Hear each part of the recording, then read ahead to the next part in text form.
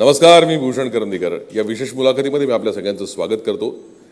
राज्याच्या सामाजिक न्याय आणि विशेष सहाय्य विभागामार्फत समाजातल्या प्रत्येक घटकाला समान न्याय मिळावा यासाठी विशेष प्रयत्न केले जातात. यासाठी काही उपक्रम, योजना राबवल्या जातात आणि या योजना नेमक्या काय आहेत, भविष्यामध्ये या विभागाकडनं समाजातल्या तळागाळातल्या घटकांपर्यंत पोहोचण्यासाठी त्यांना एक आदर्श जीवनशैली मिळावी यासाठी नेमके काय प्रयत्न केले जाणार आहेत, हे सगळं आज आपण जाणून घेणार आहोत. आणि या सगळ्याविषयी सांगण्याकरता एक अतिशय ऊर्जावान असं नेतृत्व आज आपल्यामध्ये उपस्थित आहे. आपण त्यांचं स्वागत करूयात.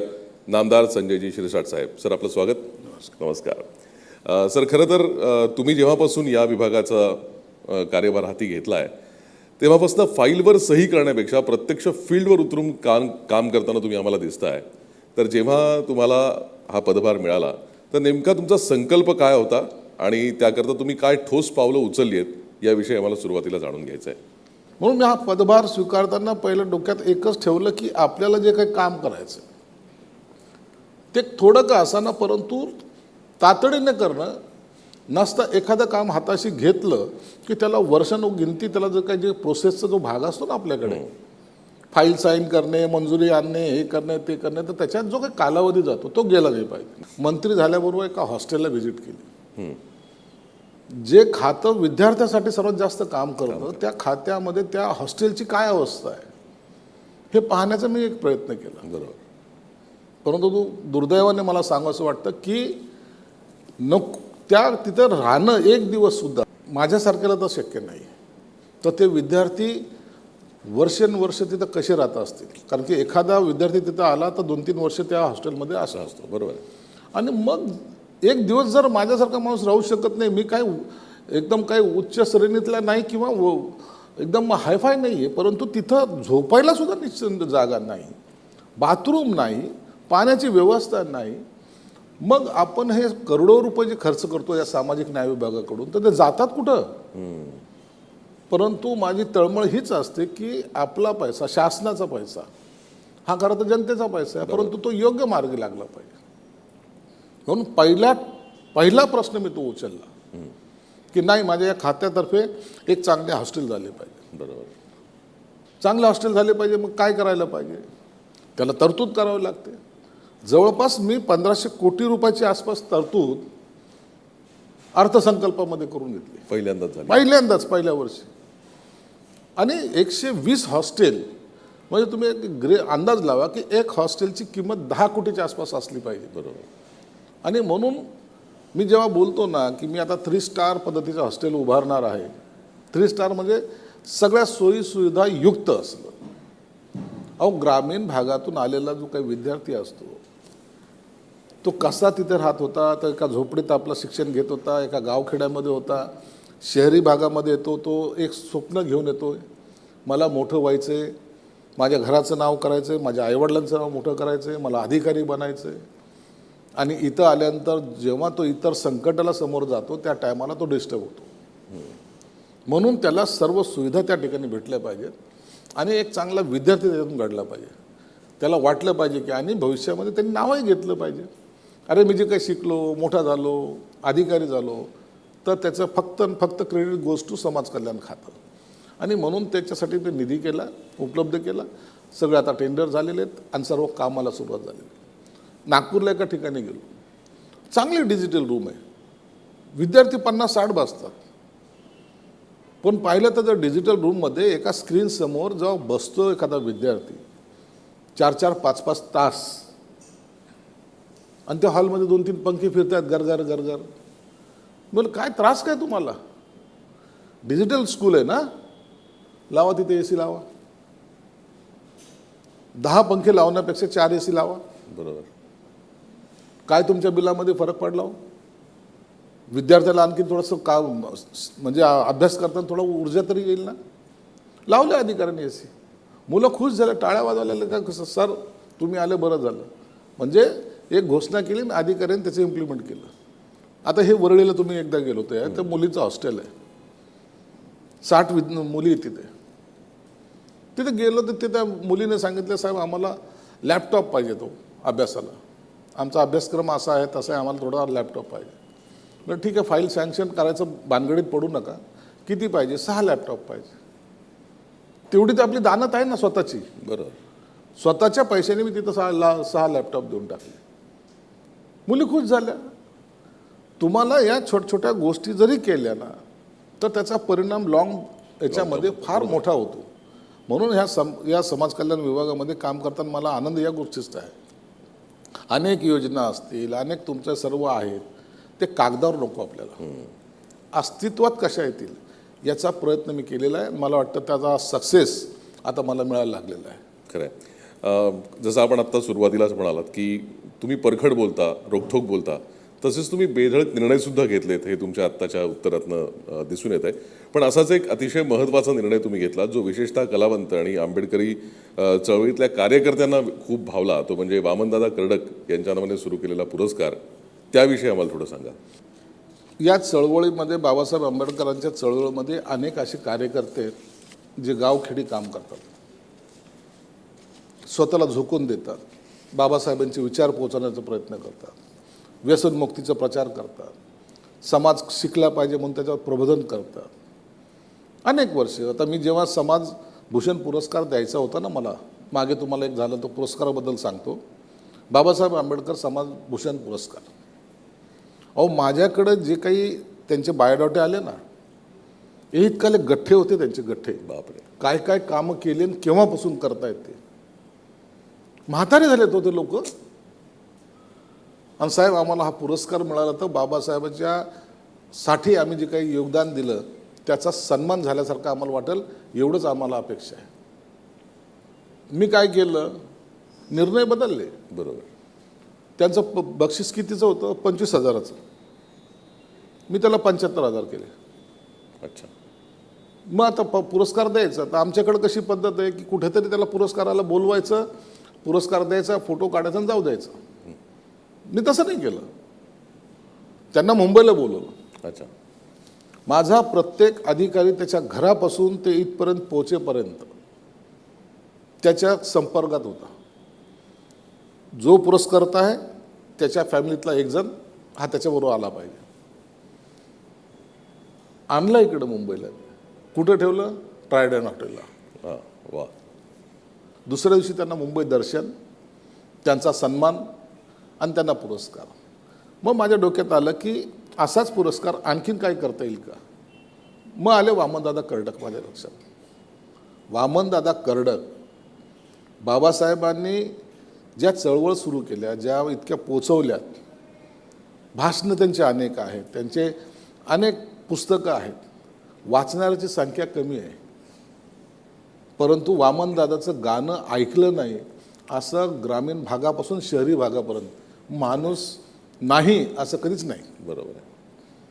म्हणून म्हटलं की वामनदादांचा, त्यांनी खऱ्या अर्थानं बाबासाहेब हे सामान्य माणसाच्या हृदयामध्ये कोरले. बरोबर.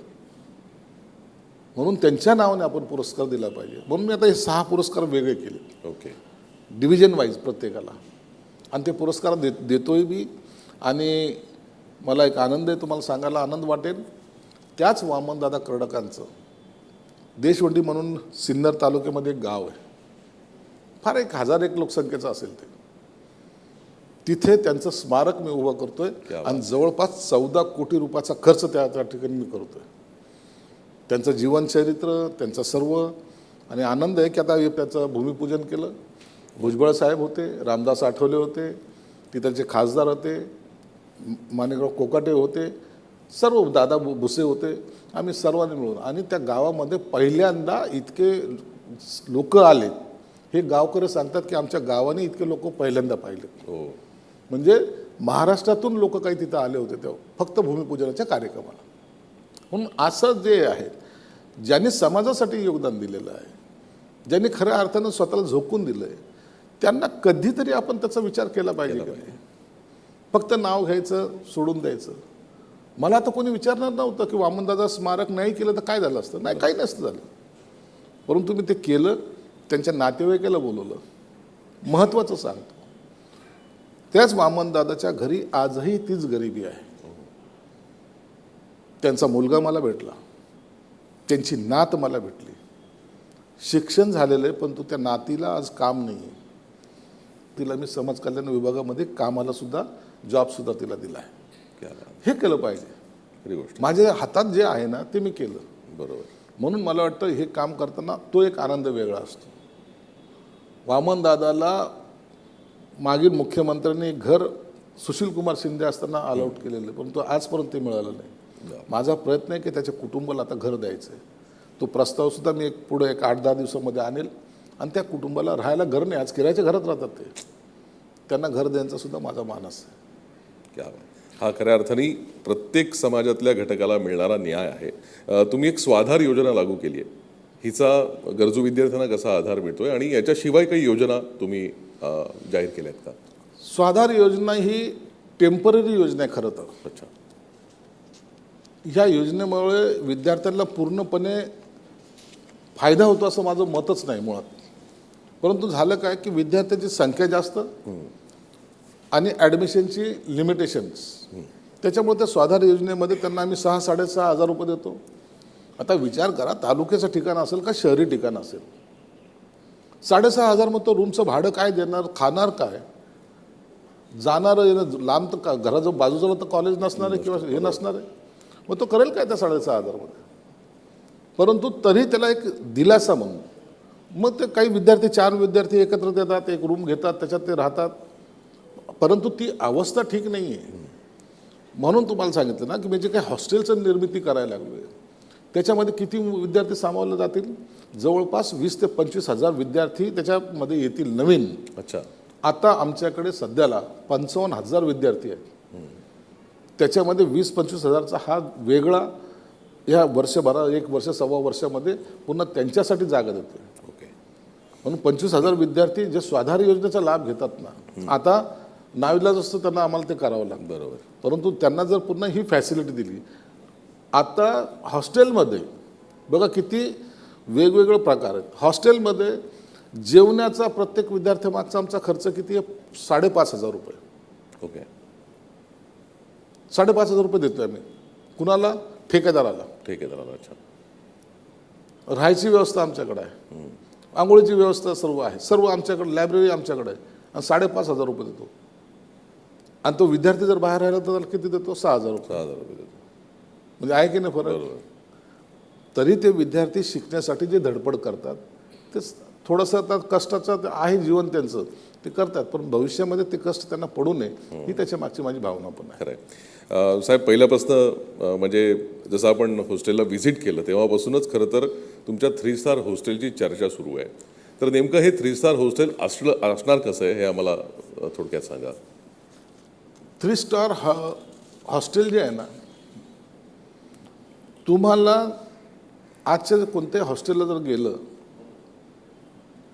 कदाचित काही ठिकाणी लाकडी पलंग असतील, कदाचित नसतात, तेच लोखंडी पलंग, तीच गादी, मळकट गादी, त्याच्यात असलेली ढेकणं, त्याच्यावर असलेली ती बेडशीट, बाजूला लोखंडी कपाट, बाथरूमच्या बाजूला एक बादली.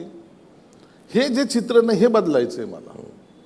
आम्ही हॉस्टेल नाही तर हॉटेलमध्ये जाताना 3 स्टार कसं असतं त्या धर्तीचं असलं पाहिजे ना. बरोबर आहे. त्याला व्यवस्थित कबड असली पाहिजे, व्यवस्थित विद्यार्थ्याला राहता आलं पाहिजे. म्हणून ती जी राहण्याची पद्धत आहे ती सर्व बदलतोय आपण. ओके. त्यांना तिथं त्या सगळ्या सवलती त्या रूममध्ये आम्ही त्यांना देणार आहेत. म्हणून ते कदाचित भविष्यामध्ये माझा हाही विचार आहे की ते सर्वच हॉस्टेल हे AC असले पाहिजे, AC असले पाहिजे.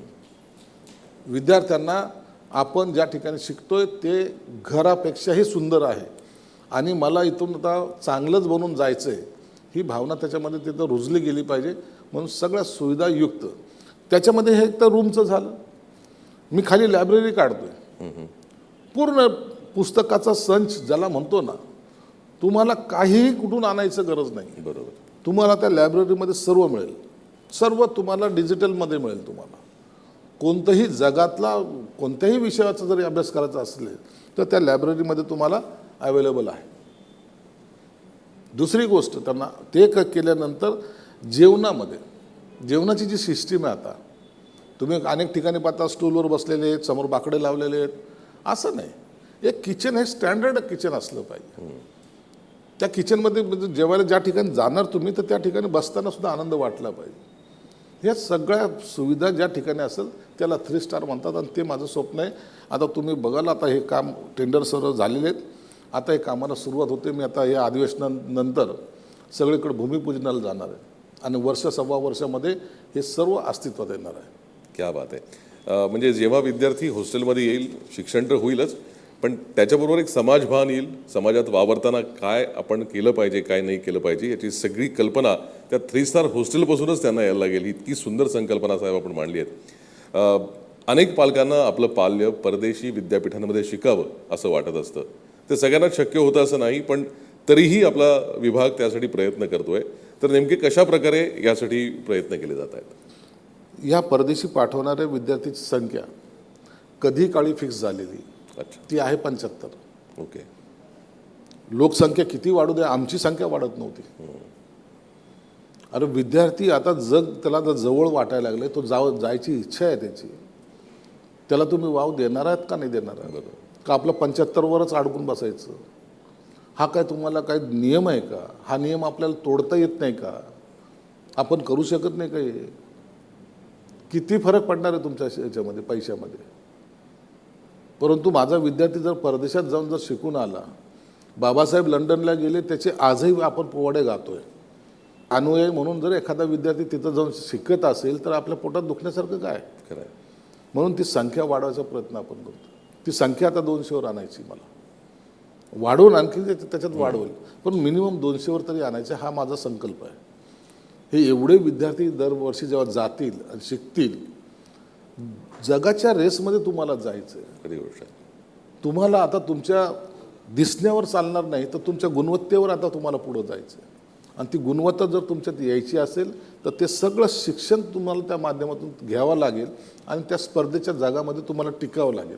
नसता उगाच शिकलो आणि वाया गेलो तर असं चित्र होऊ नये, म्हणून हा माझा एक प्रयत्न आहे. बरोबर. खरं तर तुमचे अनेक महत्त्वाकांक्षी निर्णय तुम्ही सांगताय. एक निर्णय जो आपण असं म्हणूया की तंत्रज्ञानाच्या दृष्टीने पण महत्त्वाचा आहे आणि आधुनिकीकरणाच्या दृष्टीने पण महत्त्वाचा आहे, तो म्हणजे man hole to machine hole. तर याबद्दलही आम्हाला थोडंसं सांगा साहेब. शहरी भागामध्ये ज्या ठिकाणी कॉर्पोरेशन आहेत, नगरपालिका आहेत, त्या ठिकाणी मॅक्झिमम मेहतर समाज आणि दलित समाजातले सुद्धा काही अनेक लोक मेन हॉलमध्ये ते काम करतात. आपण अनेक वेळेला पाहतो तिथं चोक होतात काही ठिकाणी. म्हणून मी आता ती रोबोटिक मशीन घेतलेली. एक चालवणार असतो, 2 ऑपरेटर आहेत, बटन दाबलं, मेन हॉलमध्ये मशीन जाणार, तसं काढणार सर्व मटेरियल, बाहेर टाकणार, गाडीमध्ये डायरेक्ट जाणार. आज त्याच्यापासून मुक्ती द्यायचं काम करतोय. त्याला त्याच्यातून बाहेर काढा ना, त्याला दुसरीकडे लावा ना. हा माझा प्रयत्न आहे. म्हणून आता मी प्रत्येक महानगरपालिका, जवळपास याला 500 कोटी रुपयाचं माझं बजेट आहे. प्रत्येक महानगरपालिका नगरपालिकांना ह्या मशीनी मी रोबोट मशीन देतोय. आणि हे दिल्यामुळं आता तिथलची दुर्गंधी तुम्हाला तातडीने काढता पण येते आणि त्याचा त्रास लोकांना तर नाहीच, परंतु जो काढणार ज्याला जास्त होत होता त्याला त्याच्यापासून आता मी मुक्ती दिलेली आहे. खरं आहे. एक छोटासा ब्रेक घेतोय. ब्रेकनंतर लगेचच भेटूयात.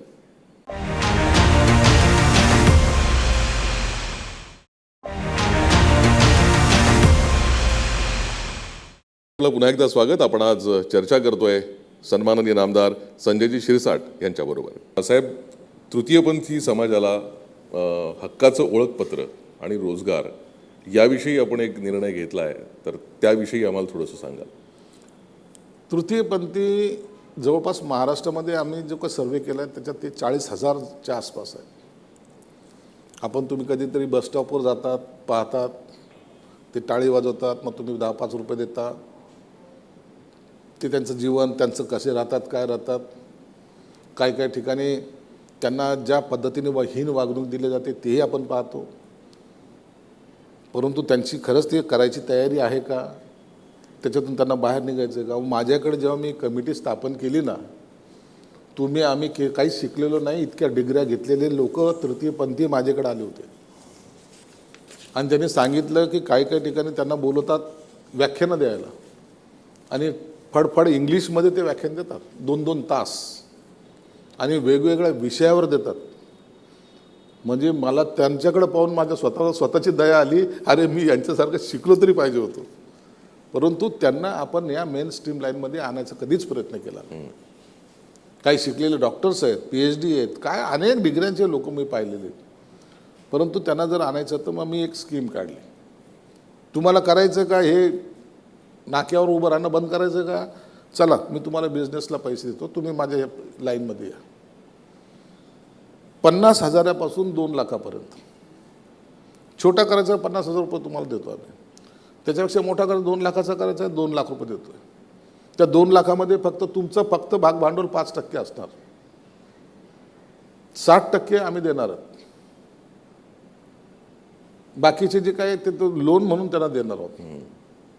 आणि असं करून त्यांना 2 लाखाचा कर्ज, 2 लाखाच्या ह्याच्यामध्ये त्यांना छोटा मोठा व्यवसाय करायला वाव मिळेल. त्याच्याही पेक्षा जर त्यांनी त्यात डेव्हलप केलं, 4-5 जण जर एकत्र आले तर त्यांना 10-15 लाखाचा लोन सुद्धा आम्ही देतोय. आणि त्यात सबसिडी आहे. बरोबर. डायरेक्ट त्यांना म्हणजे डायरेक्ट लाभ आहे त्यांना. आता ॲप्लिकेशन तर यायला सुरुवात झालीत. भविष्यामध्ये एखादा हे तृतीय पंथमधला एक वर्ग असा असेल की तो या बिझनेसमध्ये आपल्याला सगळीकडे पाहायला मिळेल. आणि दरवर्षी आता आमचं प्रमाण आम्ही असं ठरवलं, टार्गेट ठरवलं आहे की दरवर्षी किमान 1000 लोकांना, जेवढे जास्त येतील त्यांना देऊच देऊ, बरोबर, पण किमान 1000 लोकांना आम्हाला रोजगार द्यायचा आहे. ओके. म्हणून एक समाजामध्ये येण्यासाठी आपण अनेक वेळेला व्याख्यान देतो, त्यांच्याबद्दल आपुलकी दाखवतो, परंतु आणायचा कधी प्रयत्न करत नाही. 10 रुपयाची नोट हातात दिली की आपलं काम संपलं, पुण्यकर्म झालं असं आपण समजतो. ते नाही पाहिजे आपल्याला. त्यांना ह्याच्यात आणतोय. आणि मला या गोष्टीचा आनंद राहील की यावर्षी जेव्हा आम्ही देऊ तर ती संख्या वाढत झाली पाहिजे.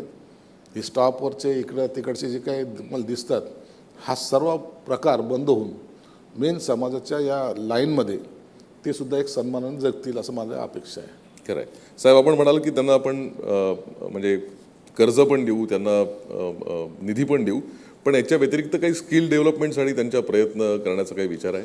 त्यांना करतो ना आपण. त्यांच्याकडूनच प्रोजेक्ट मागवतोय. अच्छा. तुम्हाला असं बघा, प्रत्येकाची चॉईस वेगळी आहे. आम्ही त्यांना सांगतोय तुम्हाला कशामध्ये इंटरेस्ट आहे तर तुम्ही आम्हाला सांगा. माझी स्कीम मी तुमच्यावर राबवणार नाही. बरोबर. तुम्हाला ज्या क्षेत्रामध्ये आवड आहे ते मला सांगा, त्या पद्धतीने मी तुमच्यासाठी मदत करेल. ओके. म्हणून एखादी स्कीम आपण काढतो ना तर ही शासनाची स्कीम आहे, ही अटी या शर्ती, बरोबर, असं नसतं. यांच्यासाठी अटी शर्ती नाही, तुम्ही सांगा त्या पद्धतीने तुम्हाला स्कीममध्ये आम्ही तुम्हाला ॲडजस्ट करू. म्हणून एक वेगळा प्रकार त्यांच्यासाठी खास करून आम्ही ठेवलेला आहे. येस. असाच एक आणखीन एक वर्ग आहे महाराष्ट्राच्या ग्रामीण अर्थव्यवस्थेमध्ये महत्त्वाचं योगदान देणार, तो म्हणजे ऊसतोड कामगार. त्यांच्या मुलांचं शिक्षणाचा नेहमीच प्रश्न उभा राहतो, कारण त्यांचं स्थलांतर होत असतं. तर त्या दृष्टीनं आपण काही प्रयत्न करताय? ऊसतोड कामगार हा फक्त बीड किंवा मराठवाड्यापुरता मर्यादित नाही आहे. तो खानदेशमध्ये पण आहे, तो कोल्हापूरचा पण आहे, तो विदर्भातला पण आहे. आणि हे ऊसतोड कामगार जेव्हा जातात ना 4-4, 6-6 महिने ठिकाणी, त्यांना कुठेही काही नाही, ते विंचवाचं बिरडं पाठीशी असं त्या पद्धतीचं त्यांचं कामं असतं. ते कासवाचं बिरड पाठीशी वगैरे काय म्हणतात ते. त्यांच्यासाठी आता आम्ही एक हॉस्टेलची निर्मिती करायला लागलेलो आहे. आता हे 2-3 दिवसातच तुम्हाला त्याचा परिणामसुद्धा दिसतोय की आम्ही अनेक ठिकाणी त्या मुलांसाठी, ऊसतोड कामगारात तुम्ही जातायत, ओके, तुमची मुलं आमच्याकडे शिकायला द्या, आम्ही त्यांचं पालनपोषण करू. म्हणून त्यांच्या हॉस्टेलची निर्मिती आपण करतोय. जवळपास 11 हॉस्टेल आता आपण तयार करतोय. दुसरं, जे ऊसतोड कामगार आहेत ना त्यांच्यासाठी सुद्धा वेगवेगळे आम्ही जे काही सुविधा त्यांना दिल्या पाहिजेत. ऊसतोड कामगार ते शेतामध्ये जातो, शेतामध्ये त्याला साप निघतो, डसतो, मरतो, त्याला कोणताही पायामध्ये साधे बूटसुद्धा नसतात. हँडग्लोव्स तर सोडा, पायामध्ये बूटही नसतात. तसाच तो जातो त्या चिखलामध्ये, तो ऊस तोडतो, आणतो, म्हणजे जी काही मेहनत आहे त्यांच्यासाठी हे सर्व साहित्यसुद्धा आता आम्ही द्यायला लागलेलो. गमबूट टाईप त्याला मोठाले बूट आहेत, हातात सॉक्स आहेत. आणि तो कामगार वाटा होतो, तो तुमचा गुलाम नाही आहे. तर तो खऱ्या अर्थानं तुम्हाला जो सहकार्य करणारा कामगार आहे त्याच्या जीवनामध्ये हा बदल करण्याचा सुद्धा आम्ही प्रयत्न करतो.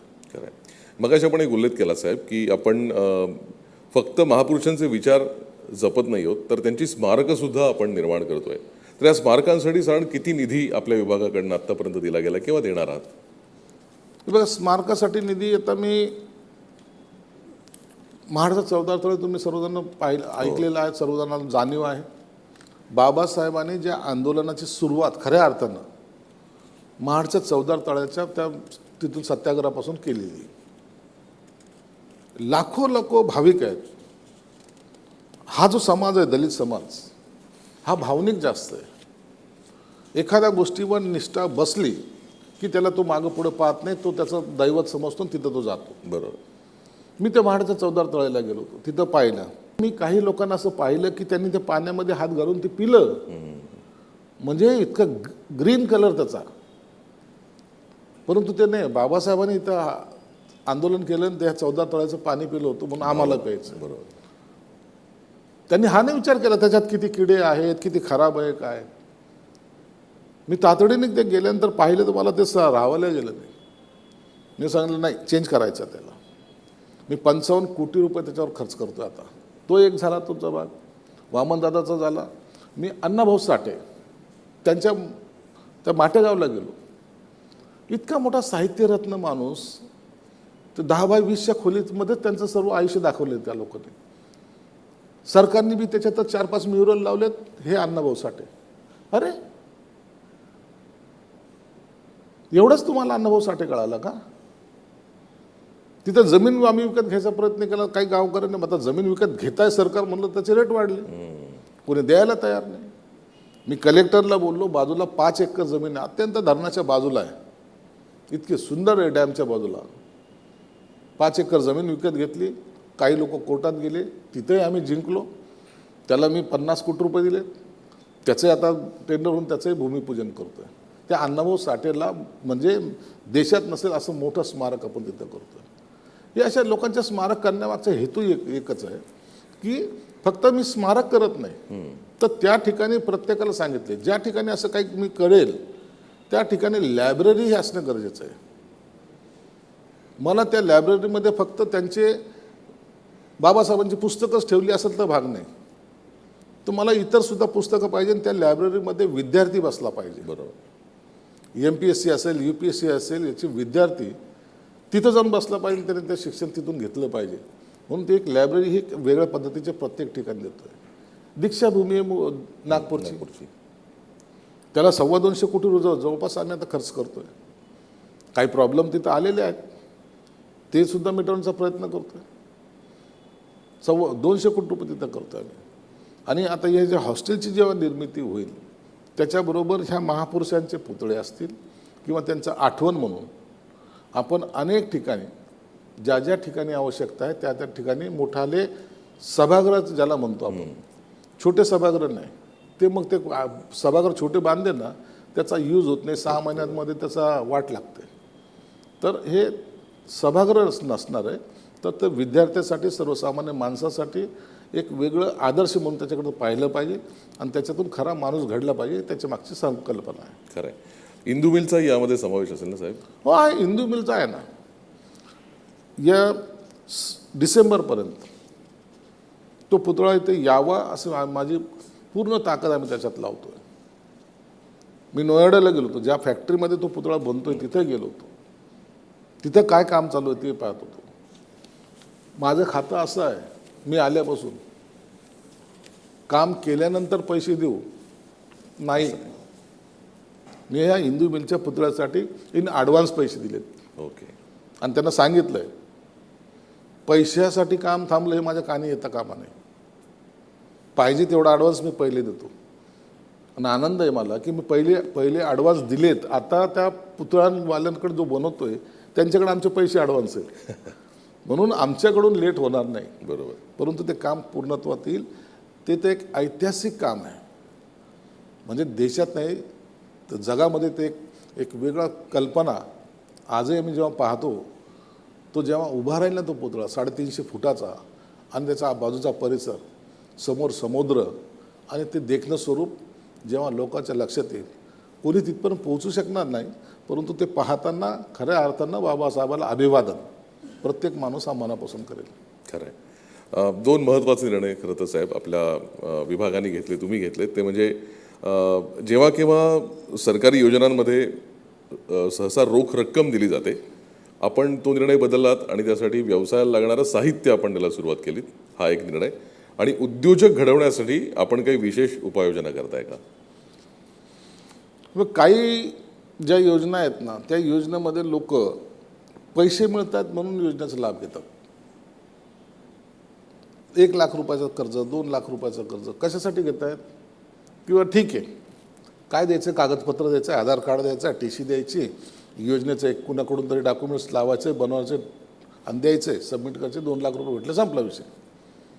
मग ती मोटरसायकल घ्यायची, हातात अंगठी घालायची, 2 लाख रुपये संपले. मी आता तसं नाही. कोणता बिझनेस करायचा, चल ये माझ्याकडं, स्टॉल टाकायचा आहे, स्टॉल माझ्याकडून घे. बरोबर.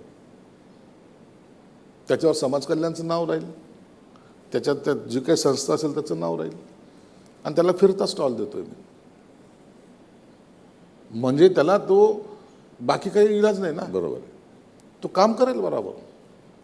जेव्हा तो एखादा स्टॉल उघडेल तर त्या टायमाला एकटा नाही तर त्याच्याबरोबर हाताखाली 4 लोक जर असले तर मी एकाला रोजगार देत नाही आहे, तर 5 लोकांना रोजगार देतोय. आणि असं जर केलं ना तर खऱ्या अर्थानं त्याच्या काम करण्याची सवय सुद्धा लागेल. बरोबर. काही काही लोकांना असं वाटतं की बा लोन म्हणजे काय, सरकारचं लोन आहे ना, ते बुडवण्यासाठीच असतं. अरे पण त्याच्यामुळं तुम्ही तरी सुधरा ना. खरी गोष्ट. आणि एकदा समजा मी 2 लाख रुपये दिले, तुम्ही रिफंड केले तर त्याची रक्कम वाढते आमच्याकडं. आम्ही तुम्हाला 5 लाख देऊ. 5 लाख रुपये दिले, रिफंड केले, आम्ही तुम्हाला 15 लाख रुपये देऊ. अच्छा. ही रक्कम वाढत जाणार आहे. बरोबर. तुमच्या क्रेडिटवर ते डिपेंड आहे. तुम्हाला 2 लाखमध्ये तुमचं समाधान झालं, ठीक आहे, काय हरकत नाही. तुम्हाला आणखीन जम्पिंग करायचे असेल तर तुम्हाला ते लोनचं रेशो तेवढाच वाढत जाणार आहे. बरोबर. कुठलंही सरकारी काम म्हटलं की आपल्याला एक म्हण डोळ्यासमोर येते, सरकारी काम आणि 6 महिने थांब. पण आपल्या विभागाने ही संकल्पना पुसून ई-गव्हर्नन्सवरती भर दिला आहे. कशा प्रकारे आपला विभाग ई-गव्हर्नन्ससाठी काम करतोय?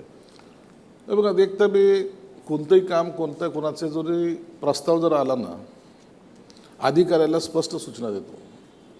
हे होतंय का, बसतंय का, हो म्हण, नसतं त्याला रिजेक्ट करून सोडून दे.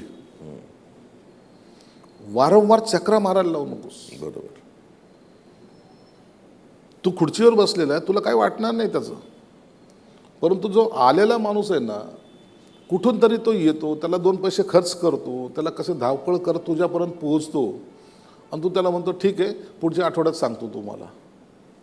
तो पुढच्या आठवड्यात येतो, पुन्हा त्याला आपण सांगतो पुढच्या आठवड्यात, पुन्हा पुढच्या आठवड्यात येतो.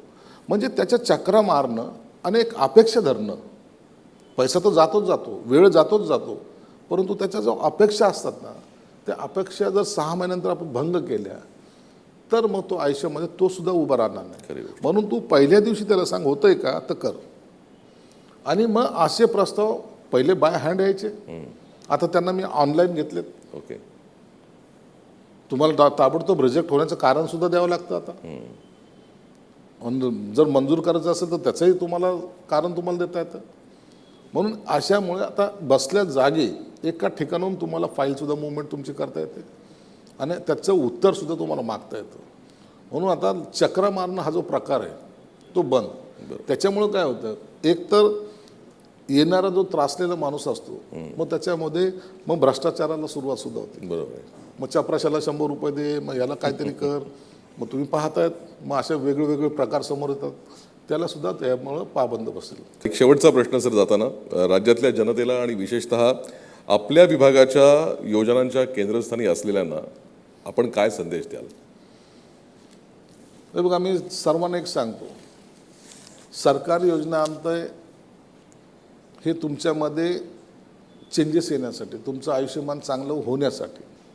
त्याचा योग्य पद्धतीने वापर करून घ्या. योजना याचा अर्थ लूट नव्हे, तर तो स्वतःला डेव्हलप करण्यासाठी सरकारने केलेली ती मदत आहे. त्याचा चांगल्या पद्धतीने तुम्ही वापर करून घ्या. आणि हे करताना अधिकारींसुद्धा, अनेक जे अधिकारी असतात त्यांनासुद्धा मी सांगत असतो, ही वेळ आज त्यांच्यावर आहे, कधी काळी ही तुमच्यावर सुद्धा होती. म्हणून येणारा प्रत्येक माणूस हा गरजूवंत तर आहेच आहे, परंतु त्याला एकदम टाकाऊ किंवा त्याला एखादा वेगळ्या अँगलनी पाहणं हा दृष्टिकोन तुम्ही बदलला पाहिजे. अधिकारी आहात याचा अर्थ ते येणारा माणूस हा तुमचा गुलाम नाही, तर तो सुद्धा या सरकारमधला एक पार्ट आहे. म्हणून त्याच्याकडे लक्ष देताना आपलं महत्त्वाचं त्याचं काम ते आपल्यासाठी महत्त्वाचं आहे या दृष्टिकोनातून ते काम केलं पाहिजे. तुम्हाला एक सांगायचं राहून गेलं की मी आता एक 2 गोष्टीचा तुम्हाला उल्लेख करणार आहे. माझ्याकडे पहिले जात पडताळणी समिती होती. महाराष्ट्रामध्ये किती अधिकारी असतील? 4. जात पडताळणी समितीला अध्यक्ष किती? 4. म्हणजे एका विभागाला 1. म्हणजे तुम्हाला मुख्यमंत्र्याला शोधणं सोपं, पण त्या अधिकाऱ्याला शोधणं म्हणजे ते अवघड होतं. खरी गोष्ट आहे. सुदैवानं मी आल्यानंतर त्याच्यामध्ये मी थोडासा पुढाकार घेतला. 4 अधिकाऱ्यावर चालणार नाही. जात पडताळणी पोराचे ते प्रमाणपत्र काढायचे असतात, त्याचं शिक्षणाचं वर्ष वाया जात असतं. काही लोकांचे वेगवेगळे कारणं असतात, नोकरीचे कारणं असतात. त्या 4ची संख्या आज किती? माझ्याकडे 32 लोक माझ्याकडे अधिकारी आहेत. आणि प्रत्येक विभागामध्ये, जिल्ह्यामध्ये सगळीकडे माझे अधिकारी आज कार्यरत आहेत.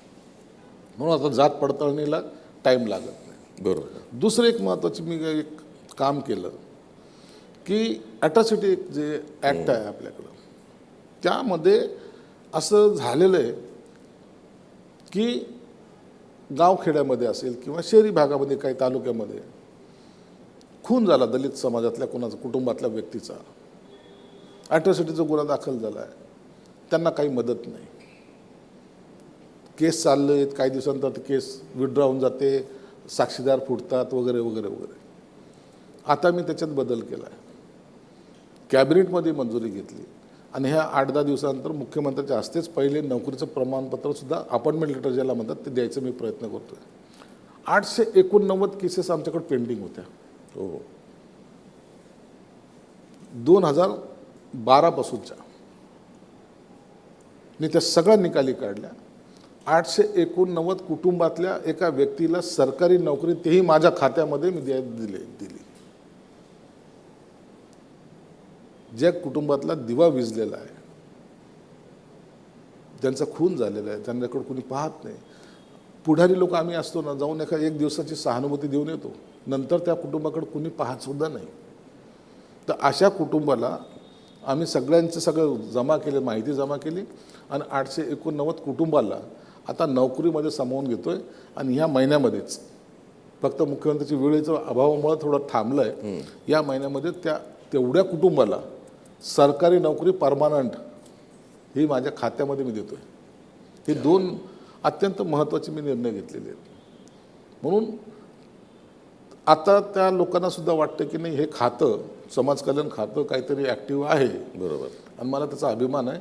माझे अधिकारीसुद्धा आता त्यांचीसुद्धा मरगळ गेलेली आहे. सर्वजण चांगले काम करत आहेत आणि त्यांना माहिती आहे की आपला मंत्री जेवढा प्रेम करतो तेवढा खडूस पण आहे आणि तेवढा टाईट पण आहे. म्हणून ते अधिकारी तसं त्यांच्यावर प्रेशर पण असतं आणि ते सहकारी म्हणून सुद्धा मला मानतात. खरं. म्हणून ह्या दोन्ही अँगलनी मी काम करतो. म्हणून आजचा जो समाज खात्याचा जो सक्सेस आहे त्यासाठी हे सर्वजण जबाबदार आहेत. म्हणून मी त्यांचंसुद्धा अभिनंदन करेल. बरोबर आहे. खरं तर जसं तुम्ही म्हणालात की तुम्ही जितके शिस्तीचे आहात तितकेच तुम्ही मायाळू पण आहात आणि त्यामुळे याचे विभागातले अधिकारीसुद्धा आता तितक्याच सक्षमतेने आणि तत्परतेने कामाला लागलेले आहेत. तुम्ही घेतलेले निर्णय आणि त्याची होणारी अंमलबजावणी हे पाहता या पुढच्या काळामध्ये समाजातल्या प्रत्येक घटकाला समान न्याय मिळेल असा विश्वास सध्या तरी निर्माण झालेला आहे. तुमच्या या सगळ्या पुढच्या वाटचालीसाठी शुभेच्छा. तुम्ही आज वेळात वेळ काढून ही मुलाखत आम्हाला दिलीत त्याबद्दल आपले मनापासून आभार. धन्यवाद साहेब.